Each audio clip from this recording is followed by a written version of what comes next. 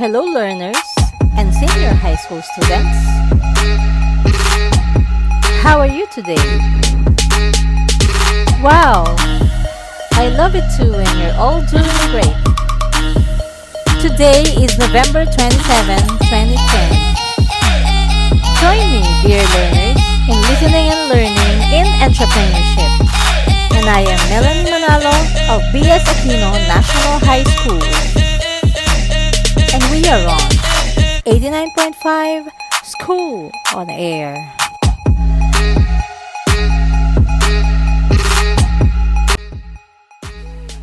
Before we start, my dear learners, I want you to find a place where you feel most comfortable. So, are you ready?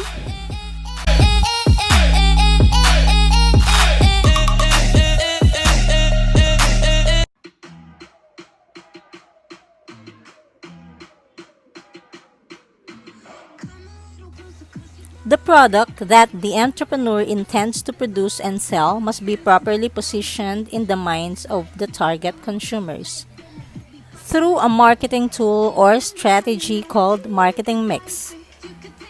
Its center or nucleus is the product. Once the product fails to satisfy the needs and wants of the target consumers better than competitors, the other elements of the marketing mix will definitely lose their significant value. Apparently, all the marketing tools and strategies are directed towards the satisfaction of the needs and wants of the consumers. Without this, there can be no marketing, economics, or even entrepreneurship. My dear learners, I want to ask you a question. How do you differentiate needs from wants? Do you still remember the Maslow's hierarchy of needs? What do you think is the importance of this theory from perspective of entrepreneurship? All human beings, whether rich or poor, have needs and wants. In the parlance of economics, it is only in human needs and wants that the rich and the poor share a common ground. However, the degree or level of needs and wants differs among individuals. The term needs refers to the things that a person must have in order to survive. This include food, clothing, and shelter among others. On the other hand, the term wants refers to the things that a person must have in order to be happy, comfortable, and satisfied. For example, everybody needs food to survive. When you are hungry, you need food.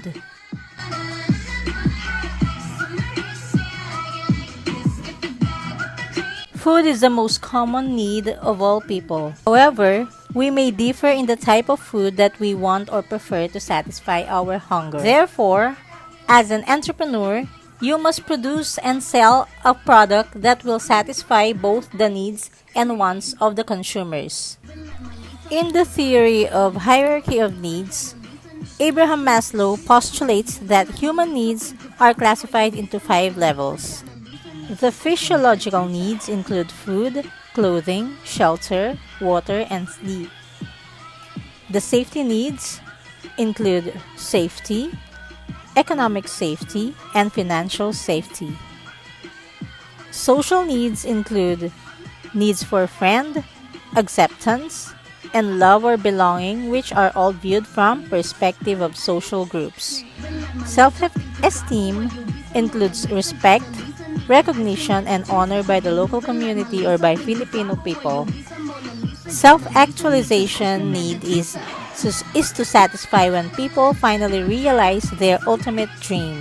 The theory of the hierarchy of needs does not carry any value to you as a future entrepreneur if you simply memorize the different levels of human needs. The theory provides you with a sound basis for determining the kind or type of product to produce and sell.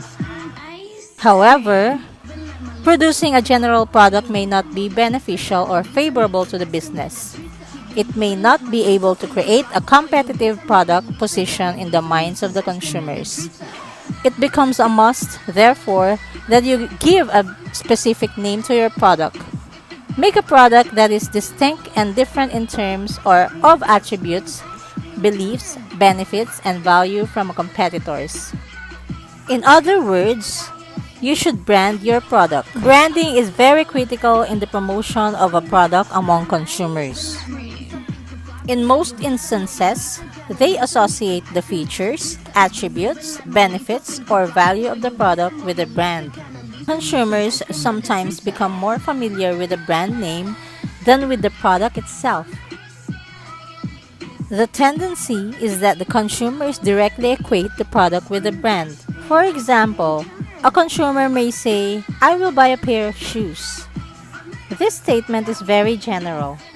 It does not specify information or any features or attributes of the product. If consumer says, "I will buy Nike," the brand name he or she mentions may appear to be more than enough to convey information about the product.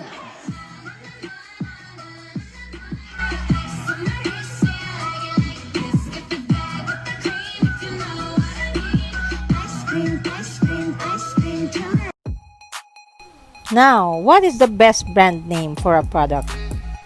The term best indicates that the brand name can easily attract the attention of the target consumers. It also influences them and lead them to buy the product. Though there are no standard procedures in the formulation of the brand name, the following approaches may be of great help. First, review carefully the attributes, benefits, and values of the product. Second is to evaluate the consumers in the target market. Then, analyze the proposed marketing strategies. List the possible brand names by considering the first 3 steps. Then, limit the brand name to 1 or 2 words. And lastly, check the internet if the chosen brand name already exists.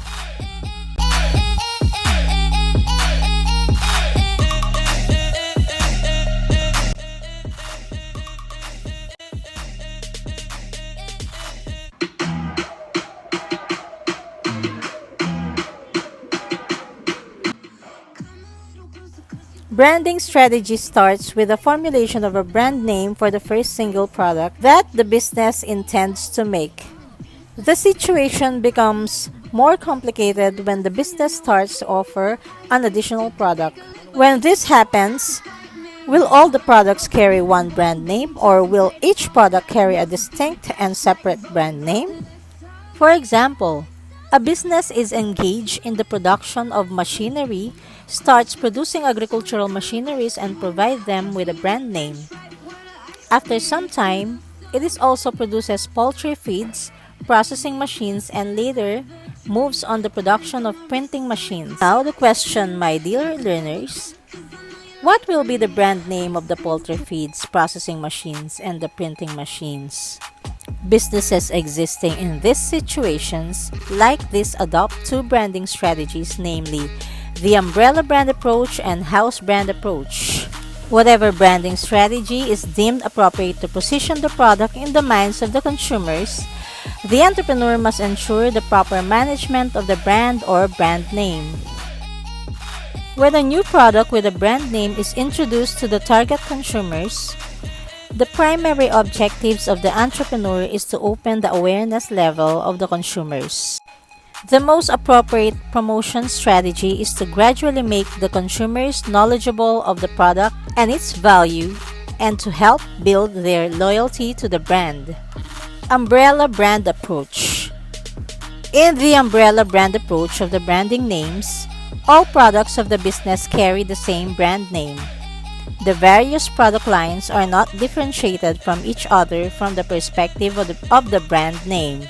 For example, Honda Motors produces motorcycles, cars, agricultural machines, grass cutters, and lawn mowers. Each product line has different types and models. For motorcycles, there are the Honda TMX series, Honda Wave series, Honda XR series, and Honda scooters. For the cars, there are the Honda Odyssey, Honda Accord, Honda Civic, Honda CR-V, and Honda VTEC. All the products are marked Honda Motors, the umbrella brand. Moving on, house brand approach.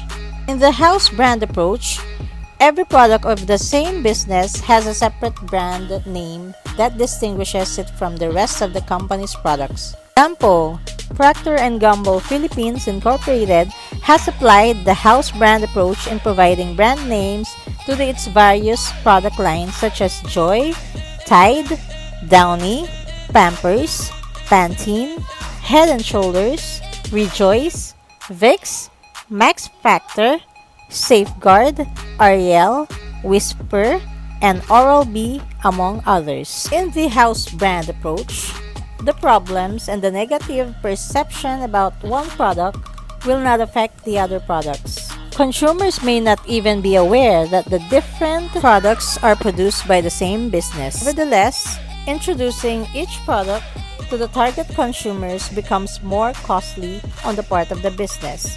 Imagine the cost involved in advertising each product in various media with national coverage. The line extension approach. In the line extension approach, the existing product has been modified or altered, resulting in a new product or more products without eliminating the original product. The new additional product must be within the same category. The change or modification may be in the form of flavor, ingredients, mechanical parts, size, or usage.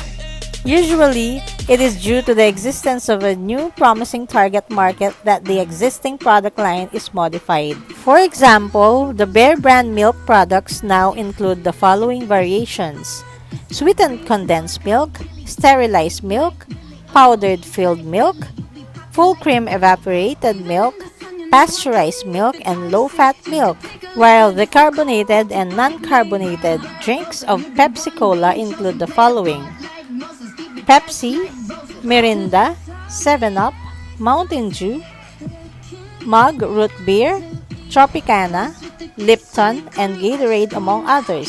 Since the different varieties of the product line are definitely competing against each other in the market, the entrepreneur must make sure that each product offers considerable benefits to the target consumers. And lastly, product extension approach. A new product carries the brand name in a new category. The new or added product appears to be totally different from the old or existing product line. An example of this is General Electric Company, popularly known as GE, provides one brand name to all of its products under the different categories such as refrigerators, freezers, ranges, ovens, dishwashers, air conditioners, washers and dryers, housewares, industrial products, and light and power products. Each category offers various models